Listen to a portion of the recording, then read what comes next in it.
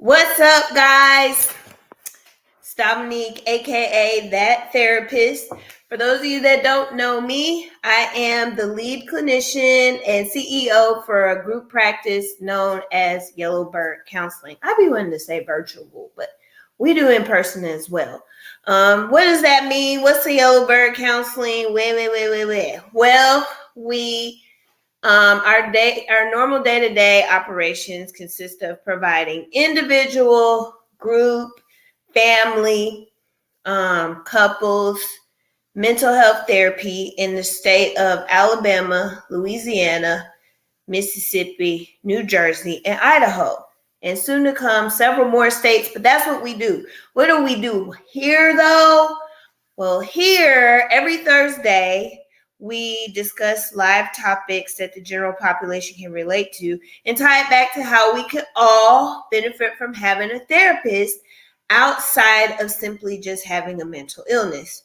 Do we give space to mental illness? Absolutely, because it is a thing that many people deal with to varying degrees. So that is why we're here. But that's not the only reason you would see one of us. And there are other reasons that we want to educate people on so they're not shorting themselves on some help they could be getting because they feel like they have to have a mental illness to qualify. No, you do not. Okay? You can go for counseling, which is for people who do not have a mental illness and maybe need shorter term treatment. And we do both. We do therapy and counseling. So if you have a mental illness, we got you. If you don't have a mental illness, we still got you. So that's the whole point. So we educate you on that, but we do love to also bring awareness to special months that really hit home for us. And this month is actually Minority Mental Health Awareness Month, as well as Disability Pride Awareness Month. So, of course, we, have our lives scheduled, and I always ask my Yellowbird ambassadors what they want to talk about, or maybe things that come up with their clients, because that's largely where we come up with our topics, because if our clients experiencing it, then you probably might be experiencing it too. So, yes, we're going to start off with Disability Pride Awareness, but y'all do want to come back for the week that I talk about minority mental illness and how the mental health deficit is largely due to the work of patriarchy. So that's going to be great. That's going to be a real great topic, real great time. So please come. All right. But without further ado, it's me. Hi. Hey, Lindsay. What are you doing? Just hanging out, trying not to blow away in the storm. Yay! Get this paperwork ready for my license. Yes. But yeah. Great. Continuation of Pride Month.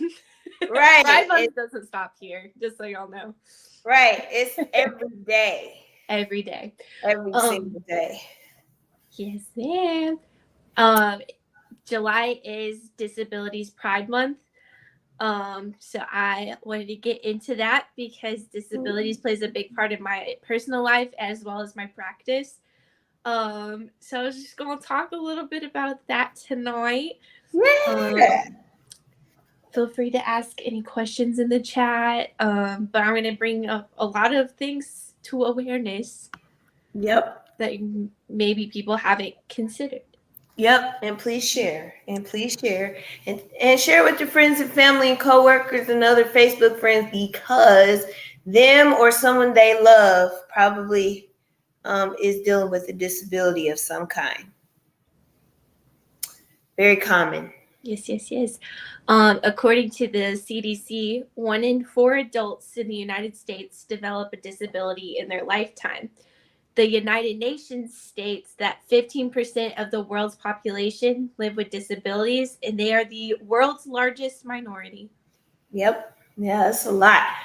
You'd think, 15%, but convert that over to real numbers. That's like several million. It's over 1 billion, actually. Yep, over 1 billion. So Yeah, they know somebody. You have a disability.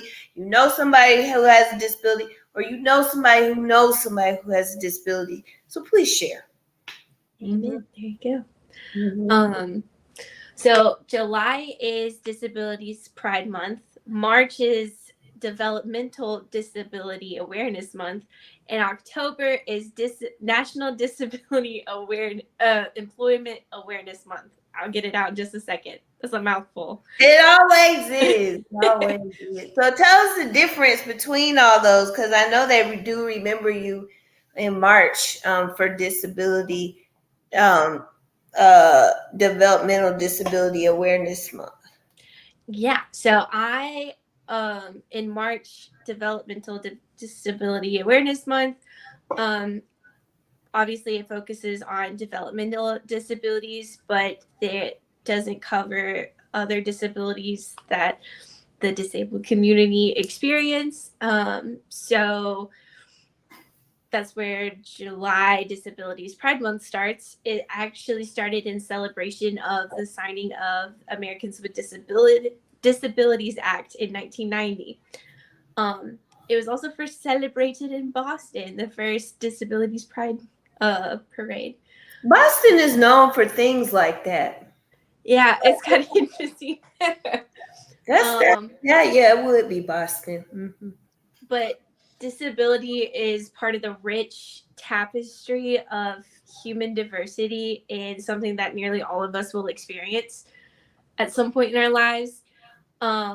It's also a significant identity that defines how we experience the world. Yet people with disabilities have been marginalized and misunderstood for generations. The concept of disability pride was born out of the disability rights movement. This celebration is a response and counteraction against ableism and social stigma. So, Tell people what that is. They may not know. what ableism and social stigma is? All right, I'll get into They may it. not. So, ableism is I forgot the word. Oh my gosh, it just went whoop. I have coffee here that's cooking right now. But I got you. so ableism is when someone is discriminated against towards their abilities or lack their different abilities. Whether that be you have to wear glasses, whether that's because you have a developmental disability, you're missing limbs, fingers, toes, you may look different, facial deformations, any sort of deformations, just any kind of discrimination against how you are not a able-bodied person. Yeah. Yeah. So kind of going into that just a little bit, a little off the beaten path. I want people to talk to people about how they may engage in that, because they may not know that they are engaging in ableist behavior. And then some people may be told they're engaging in ableist behavior when they may not actually be. They're just, expressing their normal limitations as their self as a human. Correct.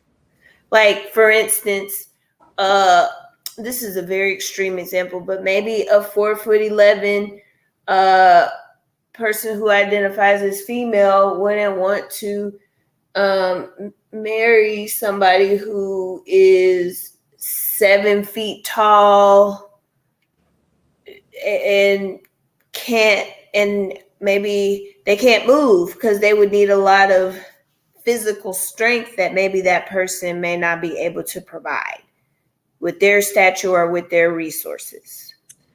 Or making fun of somebody for using sign language. Yeah.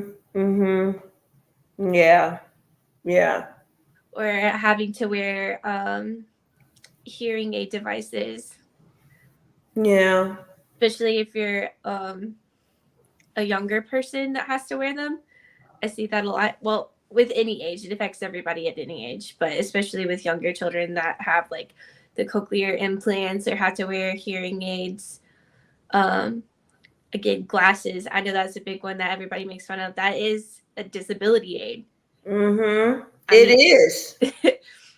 is As something that somebody who is considered disabled visually.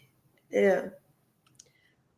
that's something that people are like, oh, it's so common. Like, yeah, disabilities are common.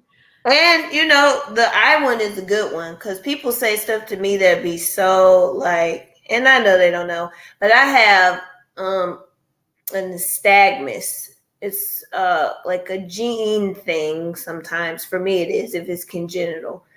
And it's often found in albinism, but I am not an albino person. Mm-hmm. But I still have it because it's also like a mixed race, also uh, uh, like Genetic factor. genetic. Yeah, I was like, what? Okay, and so yeah. So and it skips a generation. So I have it, and it affects my vision greatly, and so I hold my phone very close to my face, or like to see. I have to like I have um a Chromebook because it allows me to like make the screen, and I have to make things very very big. Like that's why y'all see me doing this so I can see. So, and people will make comments and they'll say, "Why you got that phone so close to your face?" Or like you can't see. I'm like, because I can't. And I also wear glasses, but I have my contacts in right now. But I can't see up close. And people are like, why do you have on readers? You're like 5. I'm like, yeah, I can't see. Just Yeah.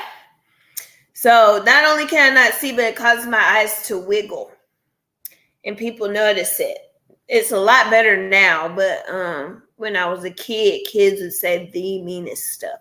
And people don't even realize that stuff is like ableistic or mean or just, they think they call it cracking jokes, but no, it's not okay. Some people honestly can't help the conditions that they are given. They're doing the best they can, just like you're doing the best you are with whatever limitations you might have. And so to call somebody out on their limitation, would you want that to be done to you? correct. I always live by the rule: if they can't fix it in 5 seconds or 5 minutes, don't say it. Yeah. Yeah. Yeah. That's good. That's a good one. That's good. Some people just feel like they should just blurt out anything that occurs to their mind and everybody else should just be okay. No. No, ma'am. No, sir. No ham. No bacon. That is not how it goes. There you go. No, you don't get to just spew out whatever comes to your brain.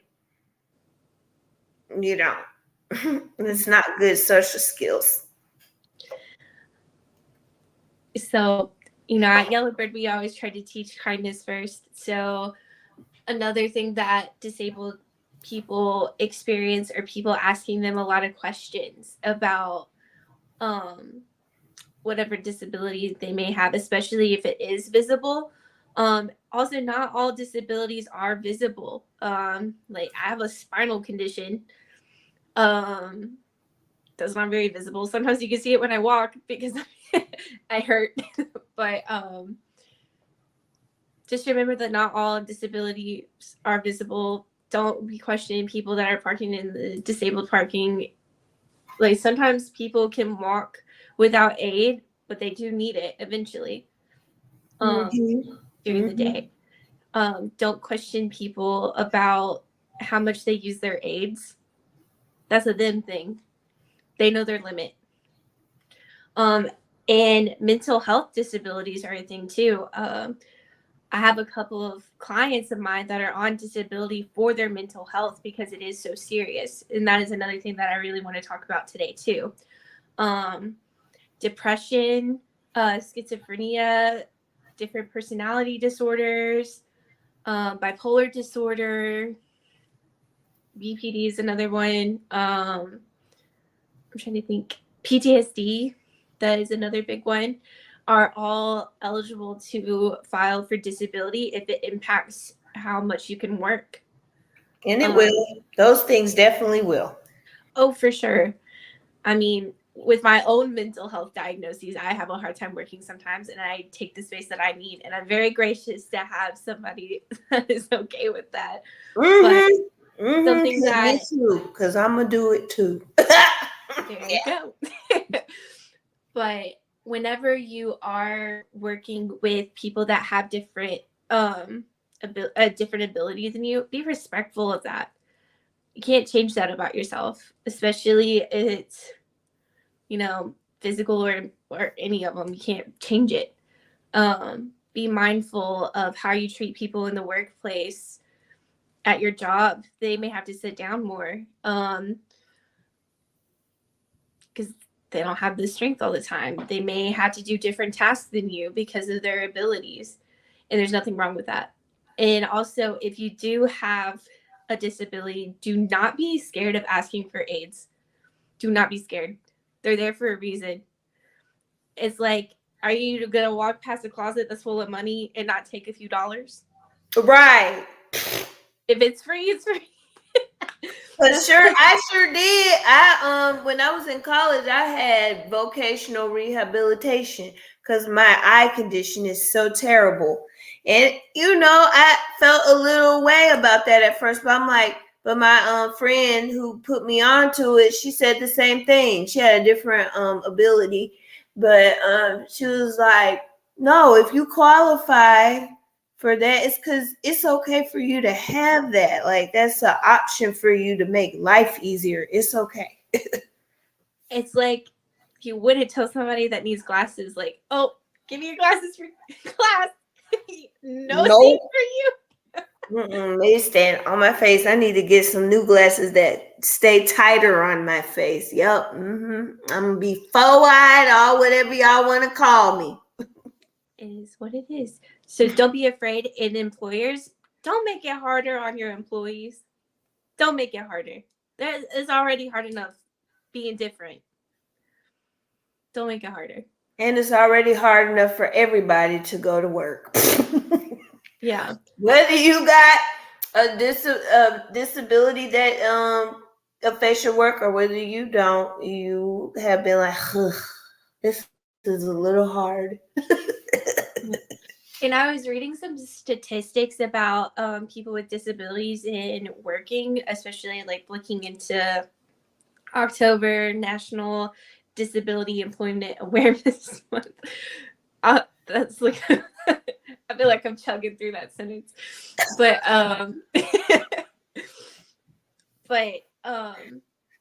63% of people with disabilities are unemployed, and the numbers may be different now because it was from 2004. It was almost 20 years ago, so it's time to revamp.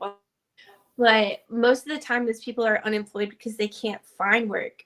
It's not that they don't want to work. It's just that they can't find something that will be accommodating. Yes. So yeah. Also, if you have a coworker that has a disability, speak up for them. If you see any behavior towards them that is not okay, speak up for them. Yep.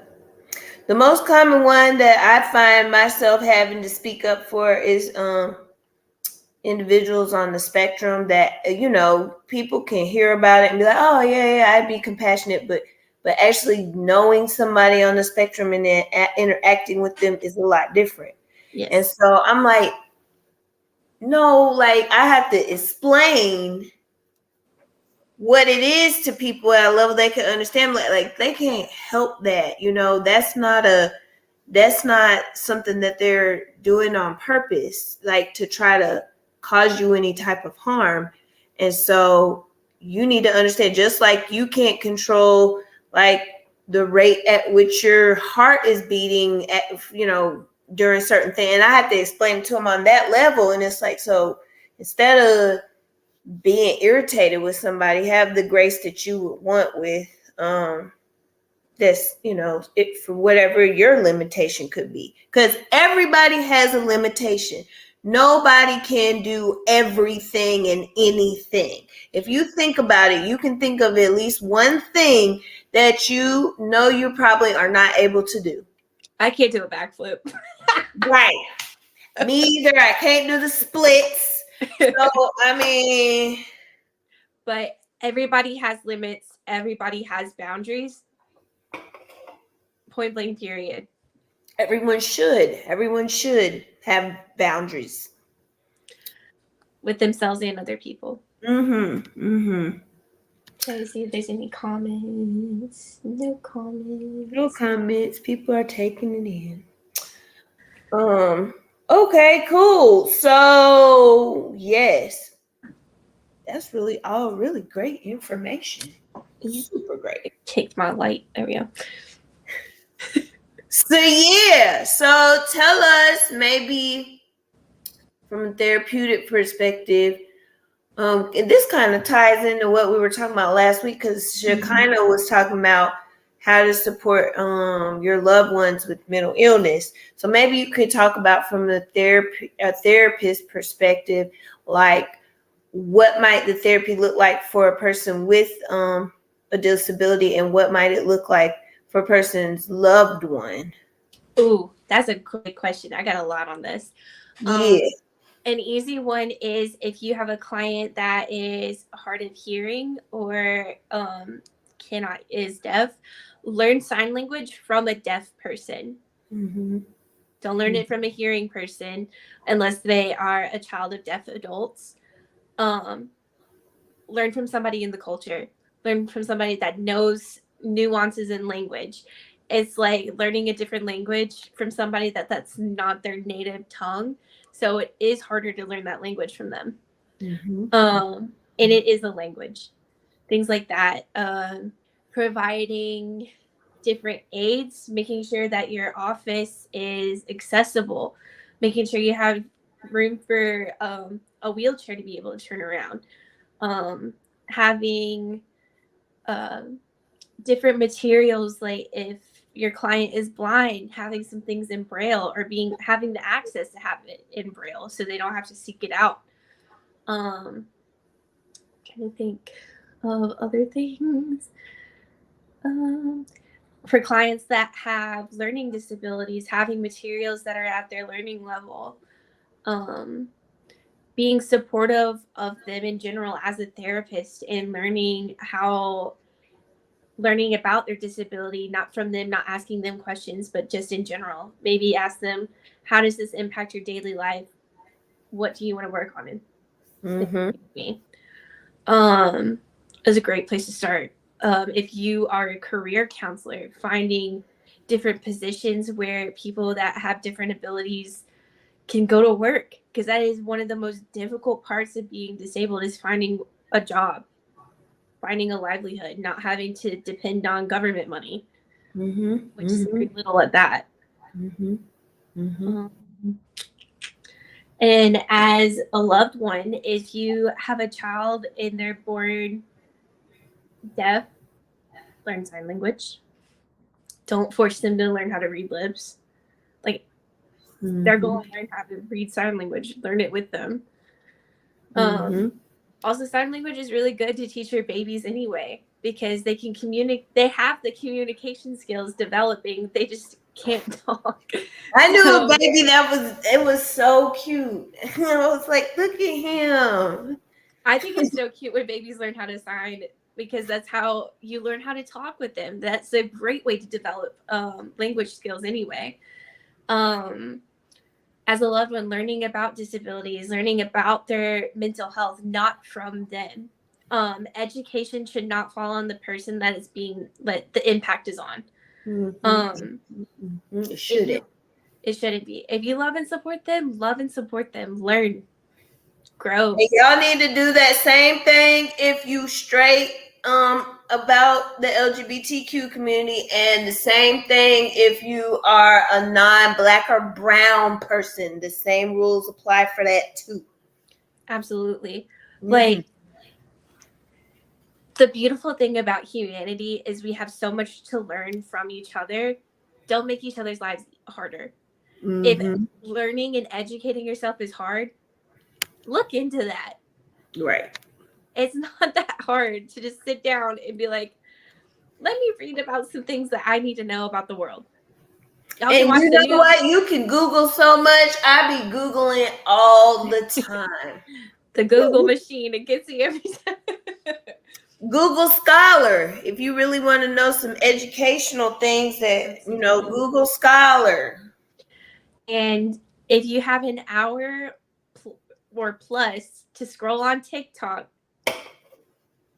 you can learn about something. Granted, TikTok is an incredible educational tool, It but it's is. also a social media app. So there's a lot of misinformation out there. Yep. They got a STEM. They got a STEM TikTok now. Okay. It's for what is it? Science, technology, engineering, mathematics. Yeah, mathematics. Yeah. So I be scrolling through the STEM. Listen, I've been off of TikTok for a month because it was not healthy for me. Oh no.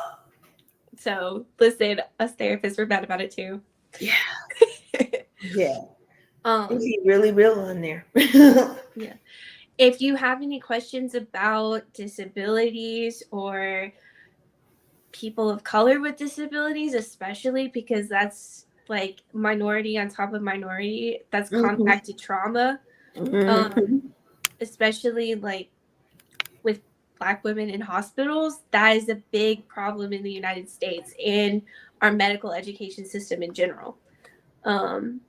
Learn about that. Like, be nice. And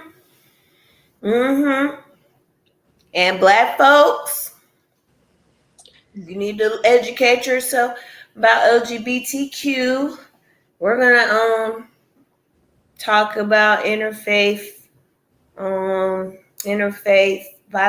therapists and their relationships with their LGBTQ clients, or their lack of wanting to have a relationship with them. Because y'all want somebody to respect us, so you gotta also respect others and their differences. Respect goes a long way. Integrity goes a long way. Yep. And knowledge. Learn from people in the communities, directly support them and not large corporations, because large corporations are not helping out people. No, they're not. Even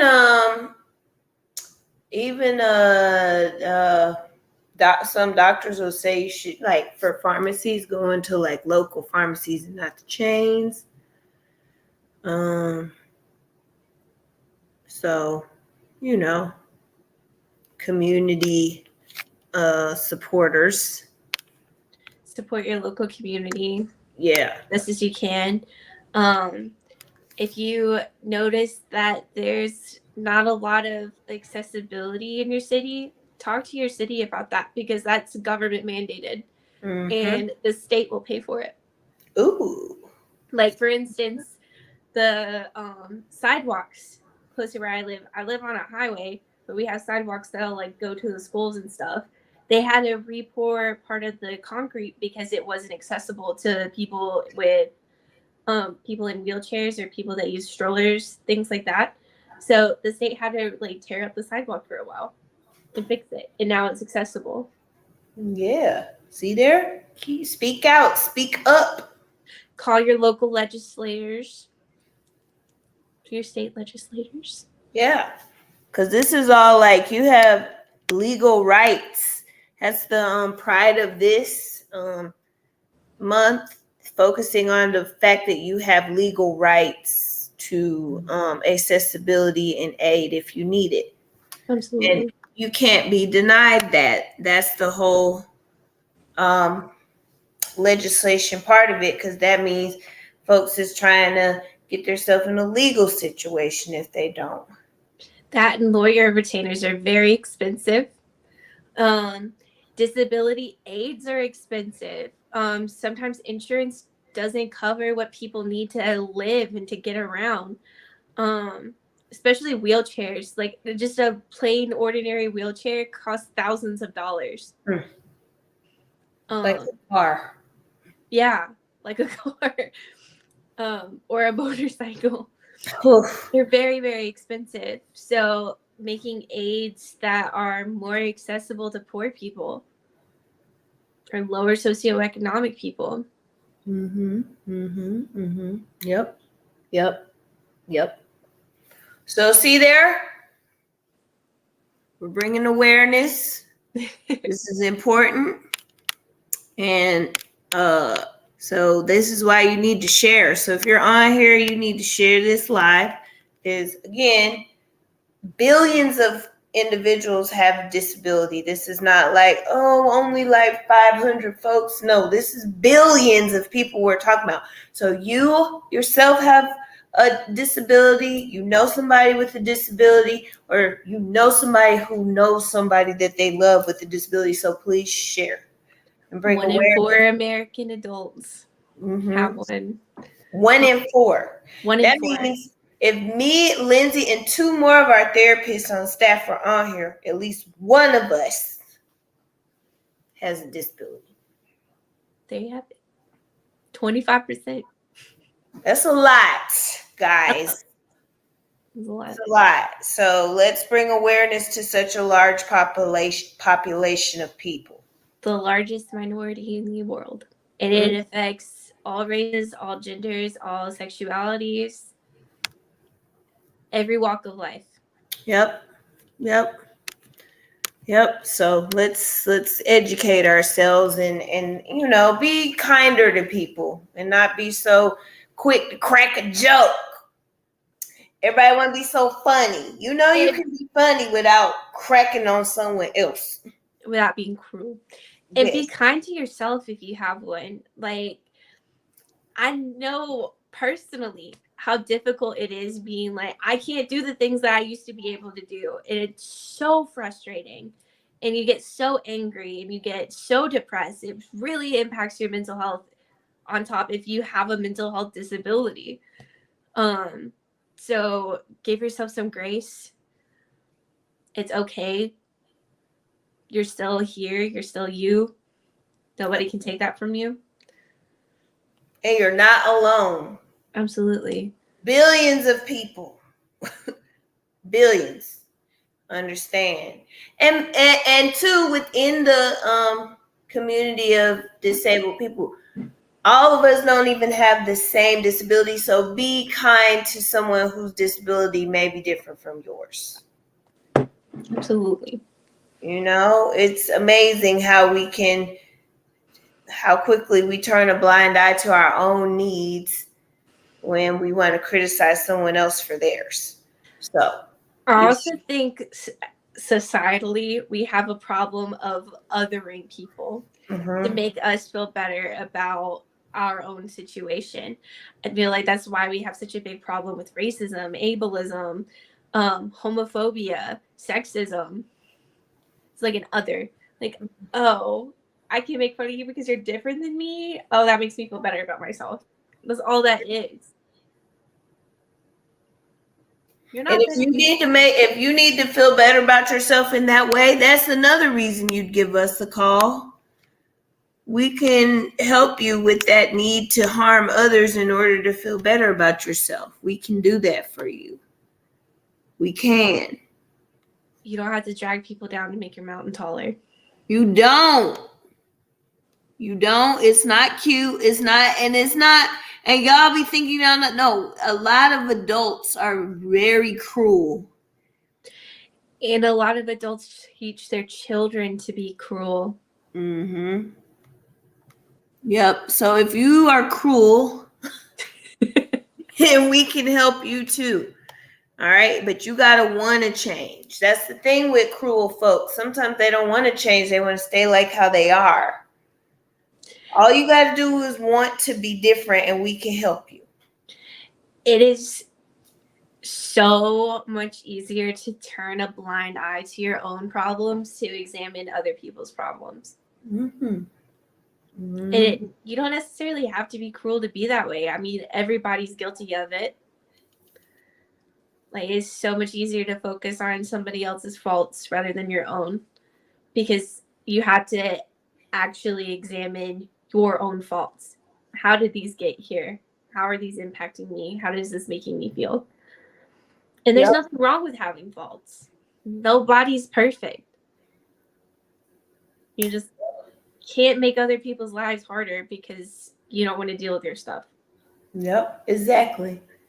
I have some clients that have the boundary of I'm not going to be friends or interact with people that aren't in therapy because they do have a very real mental disability, just a mental health concern that they can't interact with people that aren't going to be able to show them the same self-awareness and take accountability as someone who is actively going to therapy and wanting to improve their self. Absolutely. I talk about this with all of my friends, and I've noticed like my long-standing friendships, the ones that have gone to therapy, I'm a lot closer to because they understand. It's so much easier to be around people that know who they are. Mm-hmm. That part. Yep. And also your relationships get better Yep. for that reason too.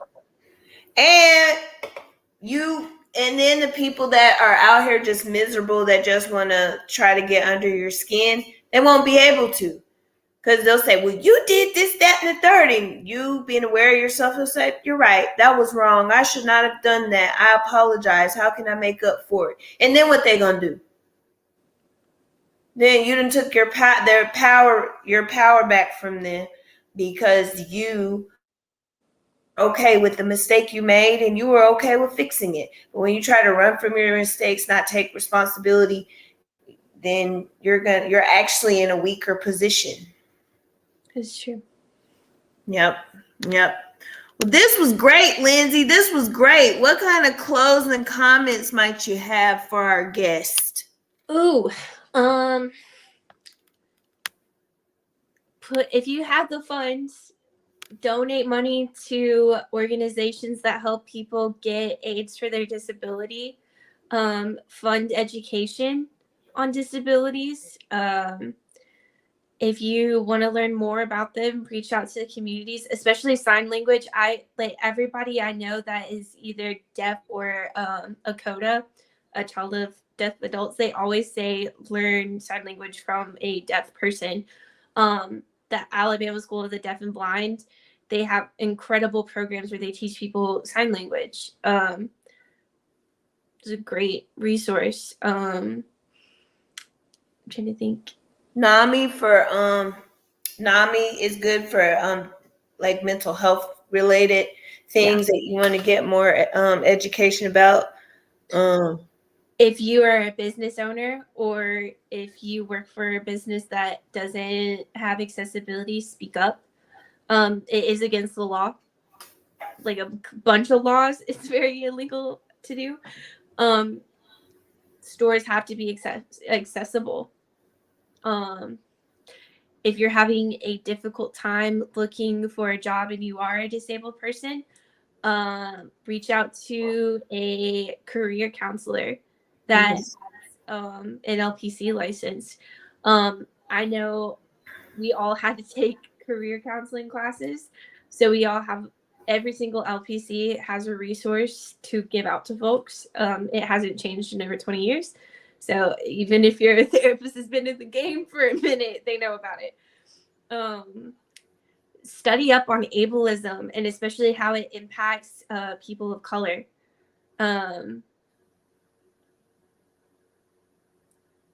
Study the disability rights movement. Be a part of it. Try to make people's lives easier, not more difficult. If people have the resources to make life better, tell them to use it. This was great, Lindsay. Thank you. Just such a great job, Lindsay. Thank you. I knew she would do that. I knew she would. So she'll probably come back and have something for October employee disability awareness. Yes. That's a big one because a lot of y'all, or a lot of my clients are actually stuff's happening to you at your job that shouldn't. And people aren't aware of their rights. So I have a lot of people that come from job injuries. Absolutely.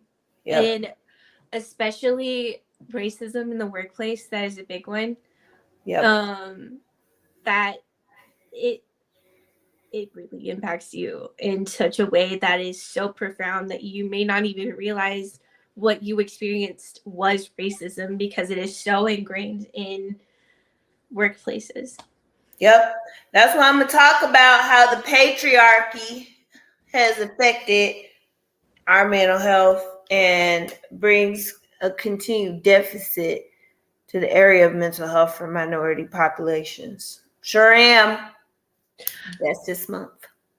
Love it. Always study up on the patriarchy and white supremacy, because it impacts everyone, including white people. It sure does. Yes, it sure in does. negative ways. See there? Yup. Listen, y'all. So we're gonna get into that, bring awareness, because that's what we're here to do. That's the whole mission of Yellowbird, is to bring awareness. And so we jump on the awarenesses so we can bring more awareness and help you understand where that might impact you, whether you're a loved one, whether you're the disabled person, maybe you're a friend of a loved one of them, and it is going to impact you. And so you need to be sure that you're operating with the most knowledge that you can, that to get. You are more than your disability. You are more than your mental health problems. You are human first and foremost. Before anything else, human. We all are. Cool. All right, Lindsay. Well, I'm going to let you bounce, But we enjoyed it, and we're going to have you back soon. Definitely missed being here. I'll see you guys soon. Bye, Lindsay. Bye. So there you have it. You know what we're trying to do here. We're trying to educate you. So please share this live. Friend, family, coworker. You can even click on the share button and click more options, and you can actually copy the link to the live and paste it. You can paste it into like a text message, paste it into somebody's DM, so that they can watch it.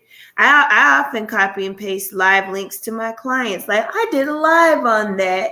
The past couple weeks, I've been like, I just did a live on that. Let me send it. And so you can watch it with and they love that. They love that. So please share so that people can get this information and knowledge. All right. And you can be part of breaking the stigma around the things that people are just not aware of. All right.